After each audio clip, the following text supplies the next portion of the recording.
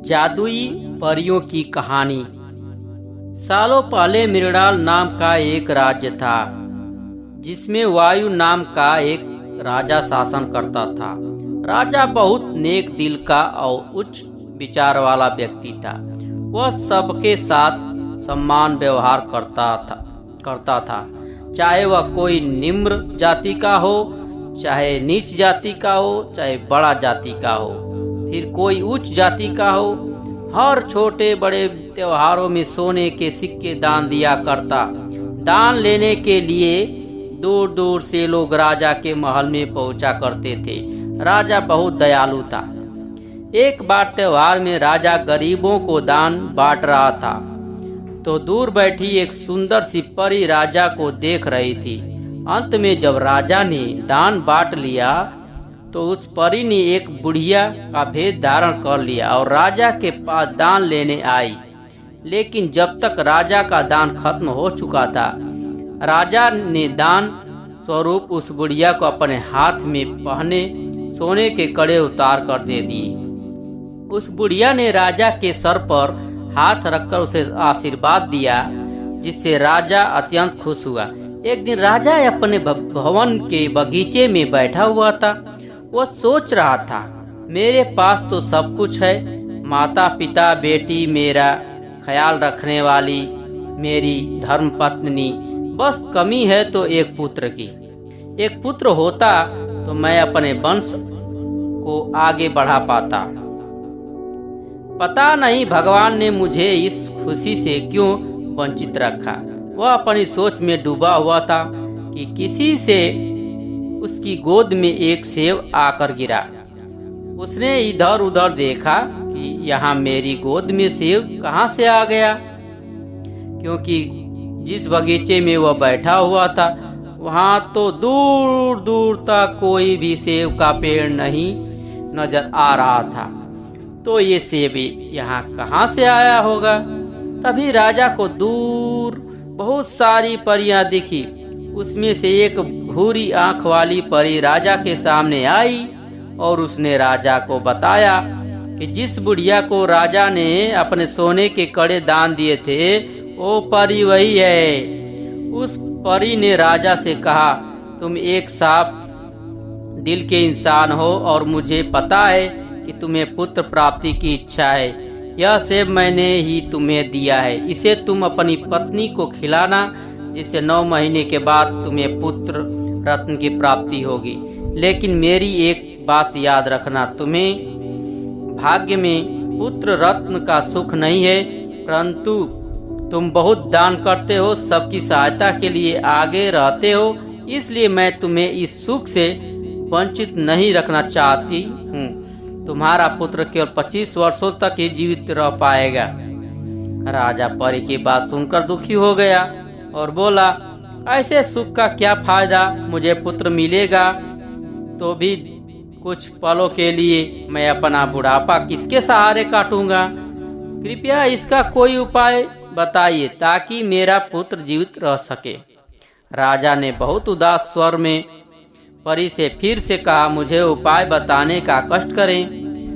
राजा की पीढ़ी देख परी बोली, जब तुम्हारे पुत्र की 25 वर्षों तक जीवित रहने के बाद उसकी मृत्यु होगी तो तब तुम उसे एक बड़े से संदूक में रखकर उस संदूक के चारों ओर पानी के घड़े रखकर उस संदूक को किसी को बिना बताए बगीचे में कहीं रख देना। इतना कहकर वो परी वहां से चली गई। राजा भी उदास मन लेकर अपने महल में आ गया। उसने यह सब बातें अपनी धर्मपत्नी को बताई। पुत्र प्राप्ति की बात सुनकर उसकी पत्नी ने वो सेब खा लिया। 9 माह बाद राजा को पुत्र की प्राप्ति हुई। राजा अपने पुत्र को देखकर इतना खुश हुआ था कि वो ये बात भूल गया कि उसके पुत्र का जीवन काल सिर्फ 25 वर्षों का ही है। उसने अपने महल में भव्य आयोजन रखा। जश्न में शामिल होने के लिए दूर दूर से मेहमान बुलाए गए। खुशी में डूबे राजा ने अपने पुत्र का नाम शिवा रखा। धीरे धीरे समय बीतता गया। राजा बूढ़ा हो गया और राजकुमार शिवा 25 साल के हो गए। राजकुमार काफी अच्छे स्वभाव के थे। उनके लिए दूर दूर से राजकुमारियों के विवाह के प्रस्ताव आने लगे। राजा ने अपने बेटे का विवाह दूर देश की राजकुमारी से करा दिया, जो कि सर्वगुण संपन्न थी, बहुत बुद्धिमान थी। उसका नाम सुनैना था। एक दिन राजा को ध्यान आया कि उसके पुत्र को कुछ ही दिनों में 25 वर्ष पूरे होने वाले हैं। राजा चिंतित हो गया। उसे परी की बात याद आ गई और कुछ दिन बाद अचानक उसके बेटे की मृत्यु हो गई। परी के कहे अनुसार राजा ने एक बड़े संदूक में अपने बेटे को रखा। उसके चारों ओर पानी से भरे घड़े रखे और उसे बगीचे के एक कोने में रखवा दिया। खुशियों से भरा महल कुछ ही पल में सनसनी से भर गया। राजा का मन भी किसी काम में नहीं लगता। वह दिन रात अपने बेटे को याद करते रहते। समय बीता और शिवा की मृत्यु को 2 साल हो गए। एक दिन महल के एक आदमी आया, जो कि दिखने में बहुत गरीब था। उसने कुछ खाने को मांगा। सुनैना ने उसे भोजन कराया, कुछ वस्त्र दिए, सोने के सिक्के दिए। जब वो गरीब व्यक्ति महल से जा रहा था तो सुनैना की नजर उस आदमी की अंगुली पर पड़ी, जिससे उसने सोने की अंगूठी पहनी थी, और वह अंगूठी हूबहू वैसी ही थी जो उसके पति शिवा पहना करते थे। सुनैना ने उस आदमी को आवाज दी और पूछा, यह अंगूठी तुम्हें कहाँ से मिली? यह तो मेरे पति की ही है, जिन्हें संदूक में बंद करके बगीचे में रखा है। उस आदमी ने डर से सारी बातें बताई और बोला, ये मुझे उसी संदूक के पास मिली। सुनैना ने यह सुनकर वहां जाने की जिद करी। उस आदमी ने कहा, वह बगीचा अब घने जंगल में बदल गया है। मैं वहां दोबारा नहीं जाना चाहता हूं, लेकिन मैं आपको दूर तक छोड़ जरूर दूंगा। वह व्यक्ति सुनैना को वहां छोड़कर आ गया। सुनैना ने देखा कि उस संदूक के पास बहुत सारी परियां हैं।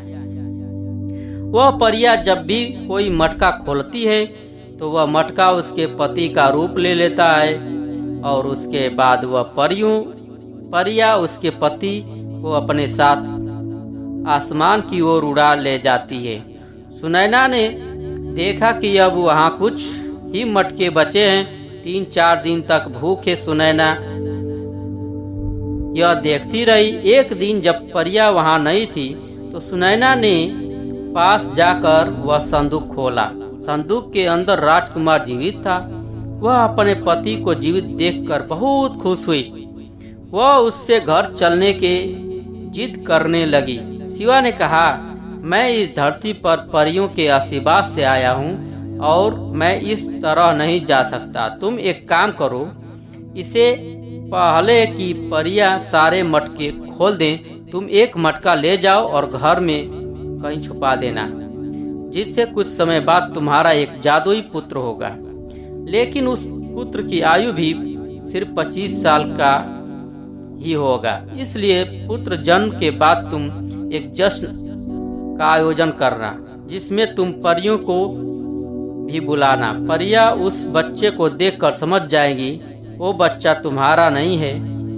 वो उसे तुमसे वापस मांगेगी। तब बदले में तुम उनसे उनकी जादुई शक्तियां मांगना। परियों के लिए उनका जादू सबसे प्रिय होता है। उसके बिना उनमें कोई शक्ति नहीं रहती। अगर वो अपना जादू तुम्हें ना दे तो तुम आशीर्वाद के रूप में मुझे जीवित करने की मांग रख देना। शिवा की बात मानकर सुनैना वहां से एक मटका लेकर चली गई। महल में पहुंचकर उसने सारी बातें अपने सास ससुर को बताई। उसने मटके को घर में छिपा दिया।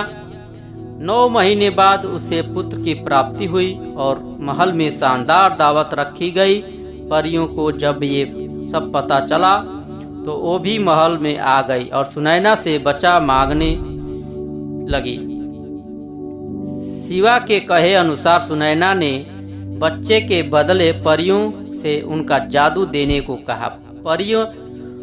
परियों को जादू प्रिय था, तो उन्हें जादू के बदले कुछ और मांगने को बोला। तब सुनैना ने कहा, मुझे मेरे पति का जीवन दान चाहिए। मैं उनके साथ अपना पूरा जीवन व्यतीत करना चाहती हूँ। परियों ने सुनैना की बात मान ली और उसके पति को जीवित कर दिया। बदले में परियां वो बच्चा ले गई। कुछ समय बाद सुनैना फिर से गर्भवती हुई और उसने एक सुंदर से राजकुमार को जन्म दिया। इस परियों की कहानी की सीख है कि हमें हर किसी के साथ भी नम्रता दिखानी चाहिए। हमारे अंदर दया की भावना होनी चाहिए। इस कहानी में परियां, राजा, रानी व उनके बच्चे सब दयालु थे, इसलिए उनके साथ अच्छा ही हुआ है। आप भी दयालु बनने की कोशिश कीजिए, आपका भी अच्छा ही होगा। दोस्तों, यह कहानी कैसा लगा प्यारा सा कमेंट करके जरूर, और मेरे चैनल को सब्सक्राइब करिए, लाइक करिए, अपने दोस्तों के साथ शेयर करिए। जय हिंद, जय भारत।